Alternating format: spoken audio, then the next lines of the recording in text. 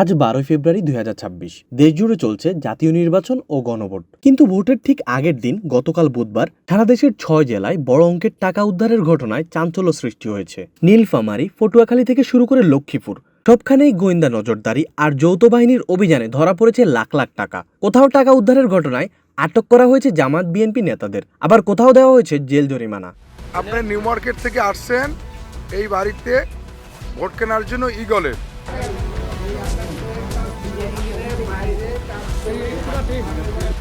সবচেয়ে বড় অঙ্কের টাকা উদ্ধার করা হয় নীলফামারীর সৈয়দপুর বিমানবন্দর থেকে। গতকাল বেলা 11টার দিকে ঠাকুরগাঁও জেলা জামায়াতের আমির বেলাল উদ্দিন প্রধানকে আটক করা হয়। তার ব্যাগ থেকে উদ্ধার করা হয় প্রায় 74 লাখ টাকা। যদিও জিজ্ঞাসাবাদে তিনি দাবি করেছেন এটি তার ব্যবসার টাকা। তবে নির্বাচনের ঠিক আগেই এই বিশাল অঙ্কের অর্থ বহনের বিষয়টি অত্যন্ত সংবেদনশীল হিসেবে দেখছে জেলা পুলিশ ও গোয়েন্দা সংস্থাগুলো। অসুস্থ হয়ে পড়ায় বর্তমানে পুলিশি পাহারায় তিনি রংপুর মেডিকেল কলেজে চিকিৎসাধীন।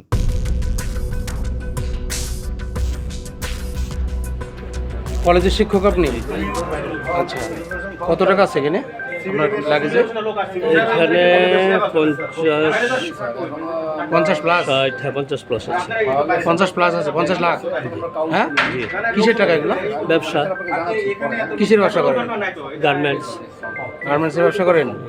অন্যদিকে পটুয়াখালীর কলাপাড়ায় ব্যাগ ভর্তি 50 লাখ টাকা সহ আটক হয়েছেন কলাপাড়া পৌর স্বেচ্ছাসেবক দলের যুগ্ম আহ্বায়ক কাজল মৃধা। রাত 10:30টার দিকে খেপুপাড়া বালিকা মাধ্যমিক বিদ্যালয়ের কেন্দ্রের সামনে থেকে তাকে আটক করে কোস্টগার্ড। একই রাতে লক্ষ্মীপুরেও দেখা গেছে অভিন্ন চিত্র। বিএনপি নেতা শহীদ উদ্দিন চৌধুরী অ্যানির নির্বাচনী কাজে ব্যবহৃত একটি গাড়ি থেকে 15 লাখ টাকা উদ্ধার করা হয়েছে। অ্যানি দাবি করেছেন এই টাকা পোলিং এজেন্টদের আপ্যায়ন ও নির্বাচনী ব্যয়ের জন্য রাখা হয়েছিল। তবে নির্বাচন অনুসন্ধান কমিটি ইতিমধ্যে এই বিষয়ে কারণ দর্শানোর নোটিশ দিয়েছে। 15 লক্ষ টাকা কেন্দ্র ওয়াইজ দেওয়ার জন্য যে আমার নিয়োজিত দায়িত্বে ছিলেন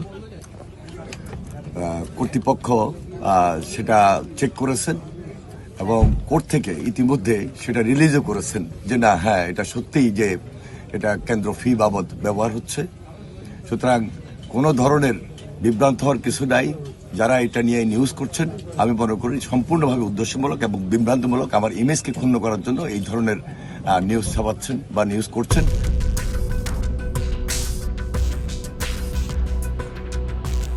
কুমিল্লার মুরাদনগরে ভোটারদের টাকা বিতরণের অভিযোগে 2 লাখ টাকা সহ আটক হয়েছেন স্থানীয় জামায়াত নেতা হাবিবুর রহমান হেলালি। জামালপুরের মাদারগঞ্জে স্বতন্ত্র প্রার্থীর 3 কর্মীকে ভোটারদের মধ্যে টাকা বিলানোর অভিযোগে 1 মাসের জেল ও 5,000 টাকা জরিমানা করেছেন ভ্রাম্যমাণ আদালত। বাদ যায়নি শরীয়তপুরও।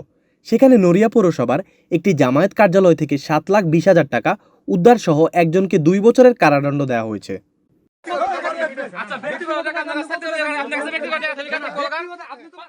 সিরাজগঞ্জের কামারখন্দে তো রীতিমতো তুলকালাম কাণ্ড। সেখানে জামায়াত নেতাদের কাছ থেকে 71,000 টাকা ছিনিয়ে নেওয়ার অভিযোগ উঠেছে খোদ বিএনপি কর্মীদের বিরুদ্ধে। বিএনপির দাবি জামায়াত ভোট কেনার জন্য এই টাকা এনেছিল। অন্যদিকে জামায়াতের দাবি এটি ছিল কেন্দ্রের খরচের টাকা। বর্তমানে পুরো বিষয়টি তদন্তের জন্য জুডিশিয়াল কমিটিতে পাঠানো হয়েছে।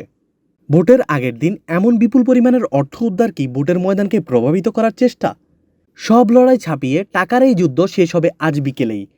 তখন ব্যালট বাক্সে নির্ধারিত হবে আসল লড়াই।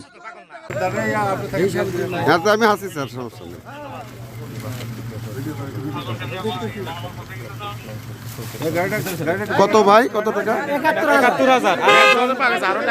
71,000।